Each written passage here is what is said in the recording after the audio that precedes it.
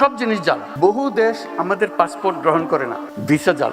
আপনারা তাকে বেয়াদব বলতেছেন, আপনারা তাকে আরো 10টা কথা বলেন। জনগণ 12ই ফেব্রুয়ারি নির্ধারণ করবে। দল আসবে না, তবে ইন্ডিপেন্ডেন্ট একটা দল আছে যে ফ্যামিলি কার্ড নামে কার্ড দিতে চাই মা বোনদের। একদিকে ফ্যামিলি কার্ড আর একদিকে মা বোনদের গায়ে হাত। দর্শক স্বাগত খবর সংযোগের বিশেষ বুলেটিনে, সঙ্গে আছি আমি হাবিবুর রহমান নিশান। শুরুতে জানিয়ে দিচ্ছি সংবাদ শিরোনাম। জুলাই আন্দোলনকারীরাই একদিন বিশ্ব নেতৃত্ব দেবে বলেন প্রধান উপদেষ্টা। সিইসির সঙ্গে মার্কিন রাষ্ট্রদূতের বৈঠক। বিএনপি খারাপ হলে ওই দুই ব্যক্তি কেন পদত্যাগ করেননি, ময়মনসিংহে জামায়াতকে উদ্দেশ্য করে তারেক রহমান।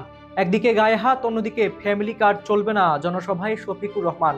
এবং নির্বাচন কমিশন ও গণমাধ্যমের বিরুদ্ধে পক্ষপাতিত্বের অভিযোগ নাহিদ ইসলামের। শুনছিলেন সংবাদ শিরোনাম, এবার বিস্তারিত। জুলাই আন্দোলনকারীরাই একদিন বিশ্ব নেতৃত্ব দেবে এমন আশাবাদী মন্তব্য করেছেন অন্তর্বর্তী সরকারের প্রধান উপদেষ্টা ডক্টর মোহাম্মদ ইউনূস। বুধবার দুপুরে রাজধানীর বাংলাদেশ চীন মৈত্রী সম্মেলন কেন্দ্রে আয়োজিত digital device and innovation expo 2026-এর উদ্বোধনী অনুষ্ঠানে প্রধান অতিথির বক্তব্যে তিনি কথা বলেন। ডক্টর ইউনূস বলেন, দেশের রাজনীতিতে জুলাই আন্দোলন যেমন একটি নতুন সময়ের সূচনা করেছিল, ঠিক তেমনি এই ডিজিটাল এক্সপো তথ্য প্রযুক্তি খাতে নতুন সম্ভাবনার দুয়ার খুলে দেবে। তিনি বলেন, জুলাই অভ্যুত্থানের সময়ে যখন ইন্টারনেট বন্ধ করা হয়েছিল, তখন যে প্রতিবাদ ও বিক্ষোভ সৃষ্টি হয়েছিল, সেটি শেষ পর্যন্ত একটি শক্তিশালী সরকারের পতনের কারণ হয়।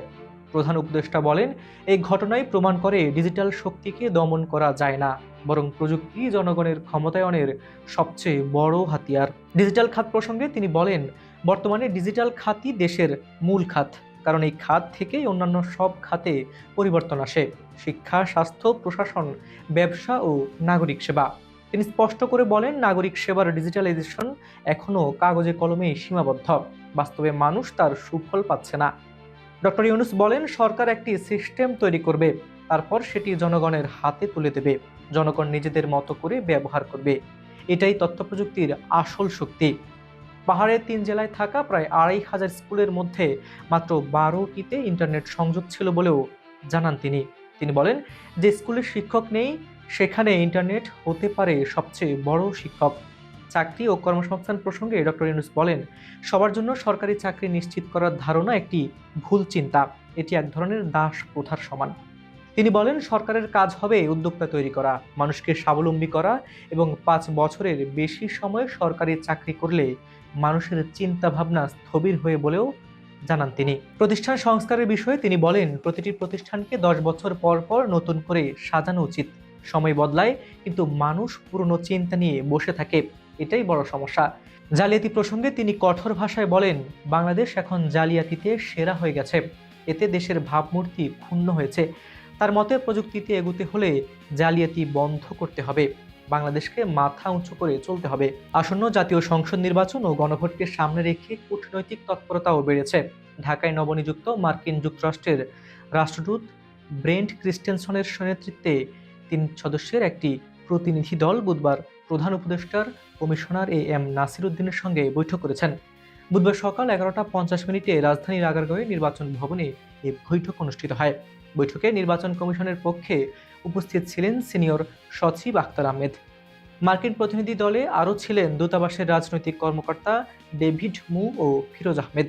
নির্বাচন কমিশন সূত্র জানায়, দ্বিপাক্ষিক এই বৈঠকে দেশের চলমান রাজনৈতিক পরিস্থিতি, আসন্ন জাতীয় সংসদ নির্বাচন এবং গণভোটের প্রস্তুতি নিয়ে আলোচনা হয়েছে। উল্লেখ্য, চলতি মাসের 12ই জানুয়ারি বাংলাদেশে আসেন ব্রেন্ট ক্রিস্টেনসেন।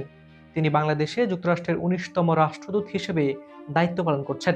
ময়মনসিংহে বিশাল জনসভায় বিএনপি চেয়ারম্যান তারেক রহমান বলেন, একটি রাজনৈতিক দল বিএনপির বিরুদ্ধে সেই স্বৈরাচারের ভাষা ব্যবহার করছে, যে স্বৈরাচার পালিয়ে গেছে। মঙ্গলবার বিকেলে সার্কিট হাউস মাঠে আয়োজিত নির্বাচনী জনসভায় তিনি এসব কথা বলেন। তিনি জামায়াত ইসলামীকে ইঙ্গিত করে বলেন, 2001 থেকে 2006 সাল পর্যন্ত তাদেরও 2 জন সদস্য বিএনপি সরকারে ছিলেন। তারেক রহমান প্রশ্ন রাখেন, বিএনপি যদি দুর্নীতিতে চ্যাম্পিয়ন হতো, তাহলে তারা কেন পদত্যাগ করেননি?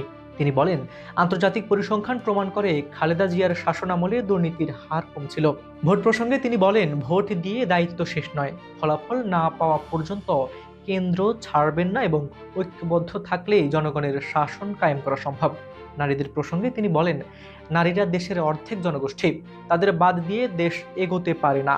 এছাড়াও নারীদের জন্য ফ্যামিলি কার্ড চালুর প্রতিশ্রুতি দেন তারেক রহমান। এদিকে বাংলাদেশ জামায়াতে ইসলামীর আমির ডক্টর শফিকুর রহমান বলেছেন, একদিকে ফ্যামিলি কার্ড, অন্যদিকে নারীদের গায়ে হাত, এই দুই একসঙ্গে চলতে পারে না। যশোর ঈদগাহ ময়দানে আয়োজিত নির্বাচনী জনসভায় তিনি এসব কথা বলেন। তিনি বলেন, যাদের হাতে আজ মা বোনেরা নিরাপদ নয়, তারা ভবিষ্যতে কি করবে তা সহজেই বোঝা যায়। আমরা ক্ষমতায় গেলে প্রতিশোধ নয়, ন্যায় ও ইনসাফ ভিত্তিক সমাজ গড়ে হবে।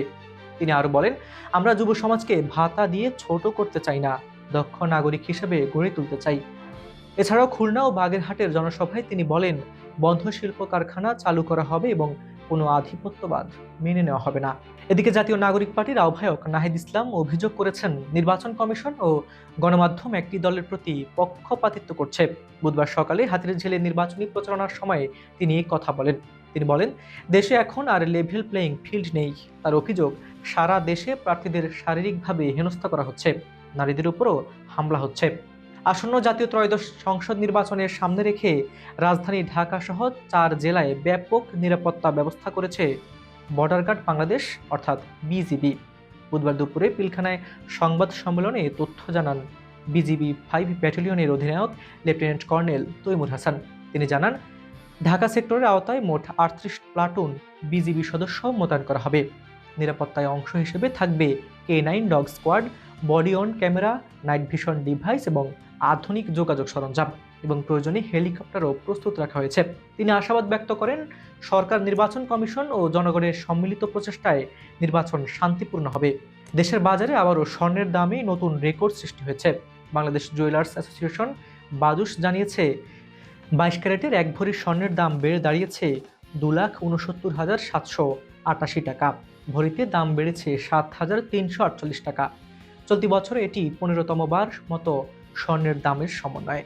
এ ছিল খবর সংযোগের বিশেষ বুলেটিন। সর্বশেষ ও নিরপেক্ষ খবরের সঙ্গে থাকুন খবর সংযোগে। দর্শক, ভিডিওটি ভালো লাগলে লাইক দিন, শেয়ার করুন এবং সাবস্ক্রাইব করে আমাদের সাথে থাকুন। নতুন ভিডিওর আপডেট পেতে বেল আইকনে ক্লিক করুন। বিজ্ঞাপন ও প্রমোশনের জন্য ডেসক্রিপশনে দেওয়া নম্বরে যোগাযোগ করুন। সবাই ভালো থাকুন, সুস্থ থাকুন। আল্লাহ হাফেজ।